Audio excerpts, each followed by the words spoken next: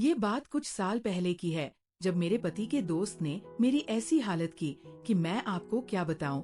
मेरे पति जॉब करने के लिए दूसरे शहर रहते थे।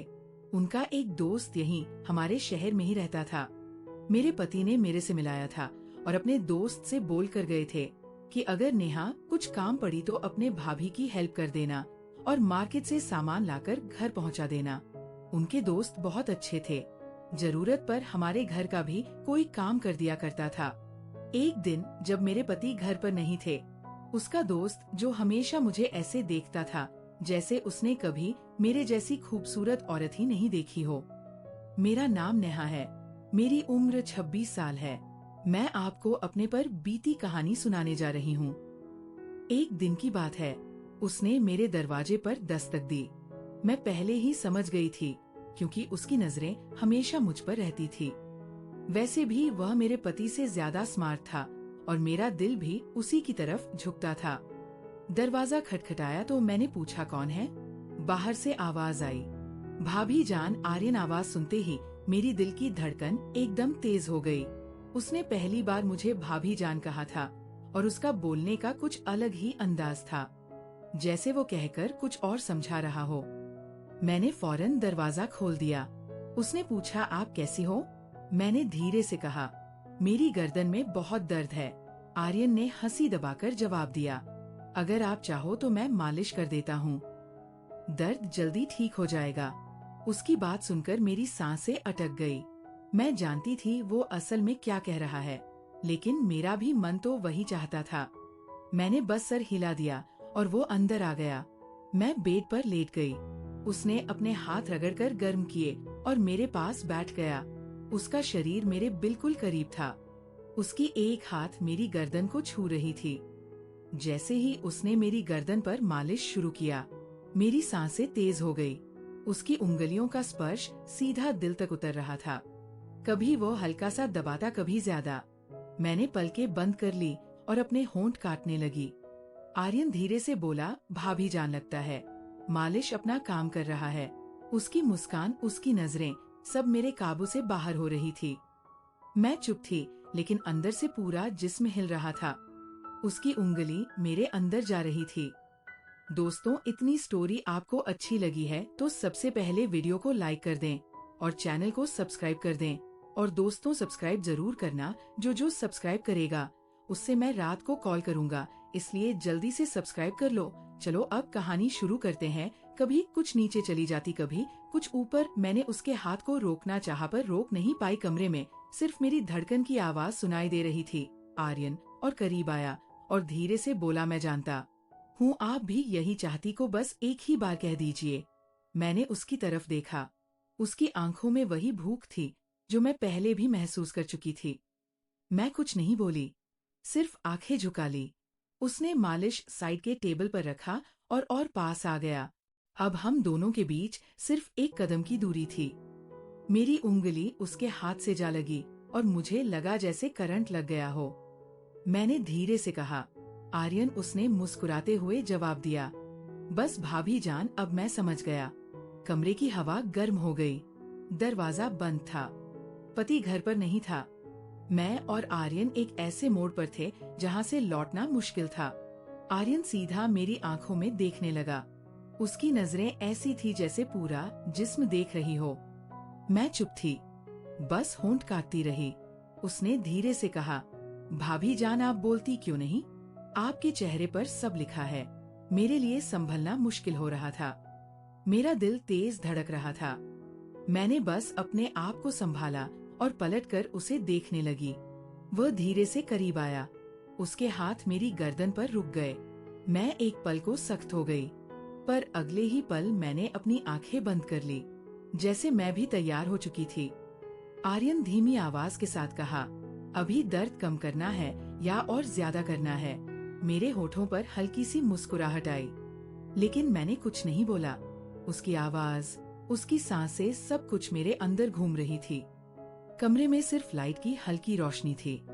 उस रोशनी में उसका चेहरा और ज्यादा साफ लग रहा था। मैं उसकी एक एक हरकत को महसूस कर रही थी। जब उसने अपने दोनों हाथ मेरी गर्दन पर रखे तो मैंने अपनी सांस अंदर खींच ली। मैंने धीरे से कहा आर्यन, और उसने बिना देर किए जवाब दिया, बस भाभी जान, मैं यही था आपके लिए। मुझे लगा जैसे सब कुछ वही रुक गया हो। उसका हाथ धीरे धीरे नीचे की तरफ जा रहा था और मेरा जिस्म अपने आप नरम होता जा रहा था। मैंने उसका हाथ थाम कर रोकना चाहा पर अंदर से रोक ही नहीं पाई। उसने अपना चेहरा इतना पास कर लिया कि मैं उसकी सांसें महसूस कर रही थी। मेरी आंखों के सामने सिर्फ उसका चेहरा था। उसकी मुस्कान जैसे मुझे कह रही हो, अब तो तुम मेरी हो। मैंने अपना सर हल्का सा झुकाया और उस लम्हे में मैं खुद को रोक नहीं पाई। आर्यन ने धीरे से कहा, भाभी जान, आपके पति को कुछ पता नहीं चलेगा। आप बस आज की रात यादगार बना दो। मेरी उंगलियां उसके हाथ पर खींच गई और मैं बस उसी को देख रही थी। दिल में डर भी था, लेकिन उस डर से ज्यादा एक अजीब सी खुशी थी। वक्त रुकता जा रहा था। दरवाजा बंद था, घर खामोश था और मैं और आर्यन एक लकीर के दोनों तरफ थे। उस लकीर को पार करते ही सब कुछ बदल जाता। मैंने हंसी बवाकर बस इतना कहा, तुम रुकने वाले तो हो नहीं और मैं रुक जाने वाली नहीं। उसने सीधा जवाब दिया, फिर देर कैसी भाभी जान। और जैसे ही उसने मुझे अपनी तरफ खींचना शुरू किया, मेरा सारा काबू टूट गया। आर्यन ने मुझे अपनी तरफ खींच लिया। एक पल को लगा जैसे पूरा कमरा घूम गया हो। उसका सीना मेरे करीब था। उसकी सांस मेरी गर्दन को छू रही थी। मेरा दिल इतना तेज हो रहा था कि मुझे खुद सुनाई दे रहा था। मैंने उससे दूर जाने की कोशिश की, लेकिन उसने मेरी कलाई थाम ली। हल्की सी मुस्कान के साथ बोला, अब तो आप मुझे रोक भी नहीं सकती। भाभी जान, मेरी आंखें नीचे थी, पर होठों पर एक हल्की सी मुस्कान अपने आप आ गई। मैं खुद भी तो यही चाहती थी, बस कुछ बोलने की हिम्मत नहीं थी। आर्यन ने एक हाथ से मेरी साड़ी को संभाला और दूसरे हाथ से मेरी गर्दन को उसकी उंगलियां हल्की सी कस गई और मैं उसके करीब और चिपक गई। मैंने धीरे से कहा, आर्यन बस करो, पर आवाज ऐसी थी जैसे रोकना नहीं बल्कि और बुलाना चाहती हूँ। वो करीब होकर मेरे कान के पास धीरे से बोला, बस एक बार कह दीजिए, रुक जाऊंगा, वरना मैं अब रुकने वाला नहीं। मेरी सांसें और तेज हो गई। मैंने अपने होठोरी को दबा लिया, लेकिन आंखों में सब लिखा हुआ था। कमरे में सिर्फ लैंप चल रहा था।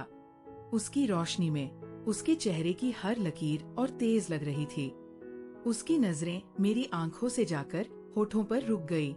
मैंने पलटकर उसकी तरफ देखा और बस इतना कहा, तुम्हें समझने के लिए मुझे कहना नहीं पड़ता। ये सुनकर आर्यन ने एक गहरी सांस ली और मुझे और पास खींच लिया। अब हमारे बीच कुछ इंच का भी फासला नहीं था। उसके हाथ मेरी गर्दन से कुछ ऊपर आ गए और मैंने पलकें बंद कर ली। उस पल मुझे लगा जैसे सब कुछ रुक गया है। दरवाजा बंद, घर खामोश और हम दोनों अकेले। पति घर पर नहीं था और मैं अपने पति के दोस्त की बाहों में थी। आर्यन ने बोला, भाभी जान, आज के बाद सब कुछ बदल जाएगा।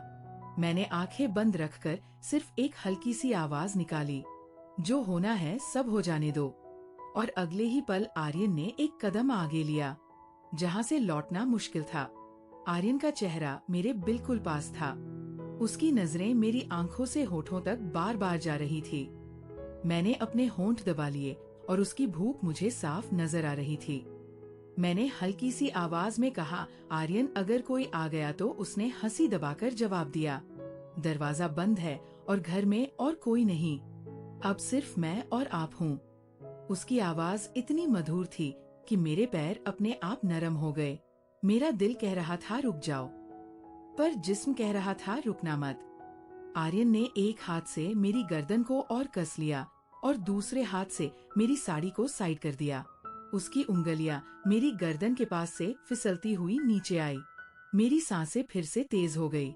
मैं उसकी तरफ पलटकर बोली, तुम्हें समझ नहीं आ रहा, मैं रोक नहीं पाऊंगी अपने आप को। आर्यन और करीब आया और हल्की आवाज में बोला, इसीलिए तो आया हूँ, आपको रोकने नहीं, खुश करने। उस पल मेरी आंखें उसके चेहरे पर अटक गई। उसका अंदाज, उसका आवाज, सब कुछ मुझे उसकी ओर खींच रहा था। मैंने अपना हाथ उसके सीने पर रखा जैसे दूर करने के लिए, पर वो दूर नहीं हुआ बल्कि और पास आ गया। उसने मेरी कलाई पकड़ ली और अपनी दोस्तों, इतनी स्टोरी आपको अच्छी लगी है तो सबसे पहले वीडियो को लाइक करें और चैनल को सब्सक्राइब कर लें। और दोस्तों, चैनल को जरूर सब्सक्राइब करें। तरफ खींच लिया। अब हमारे बीच बिल्कुल भी फासला नहीं था। उसकी सांसें मेरी गर्दन को जला रही थी। मैंने आंखें बंद करके अपना सर उसके कंधे पर रख दिया। उसने धीरे से कहा, भाभी, अब बस आप मेरी हो। मेरी उंगली उसके हाथ के ऊपर जा रही थी। मैं कुछ नहीं कह पाई, सिर्फ उसके करीब होती चली गई। कमरे में सिर्फ एक छोटी सी रोशनी थी और उसमें हम दोनों की सांसें तेज हो रही थी। मैंने उसके कान के पास धीरे से कहा, जो करना है जल्दी करो। आर्यन ने बस इतना कहा। फिर अब कोई रुकावट नहीं और उस लम्हे से सब कुछ काबू से बाहर हो गया। उस रात के उस पल में लग रहा था जैसे वक्त रुक सा गया हो। आर्यन का हाथ मेरी गर्दन से फिसलकर मेरी पीठ तक आ गया। उसकी उंगलियों का वो हल्का सा स्पर्श भी मेरी सांसों को हिला रहा था। मैंने उसकी तरफ देखते हुए धीरे से कहा, आर्यन, तुम्हें अंदाजा है ना? अगर किसी ने देख लिया तो उसने सीधे मेरी आंखों में देखकर जवाब दिया, भाभी, जिसकी नजर आपकी तरफ उठेगी उससे पहले मैं उसकी आग को निकाल दूंगा। अभी सिर्फ आप और मैं, बाकी दुनिया भाड़ा में मेरी हालत ऐसी थी कि मैं ना रोक पा रही थी और ना ही हाँ कह पा रही थी। उसकी नजरें मेरी आंखों में थी। आर्यन ने अपनी उंगली मेरे होठों पर रखी और बोला, अब कुछ मत बोलो, बस महसूस करो। मेरे दिल की धड़कन इतनी तेज थी जैसे दिल कभी भी फट जाएगा। मैं उसके इतने करीब थी कि उसकी सांसें मेरी सांसों को छू रही थी। मैंने अपने हंठ धीरे से काटे और उस लम्हे ने उसकी भूख और तेज कर दी। उसने अपना चेहरा मेरी गर्दन के पास ले जाकर धीरे से कहा, अब आप मेरी हो चुकी हो। मैं अपनी जगह बिल्कुल थम गई थी। उसकी बातें, उसका सबब मुझे अपने होश खो देने पर मजबूर कर रहा था।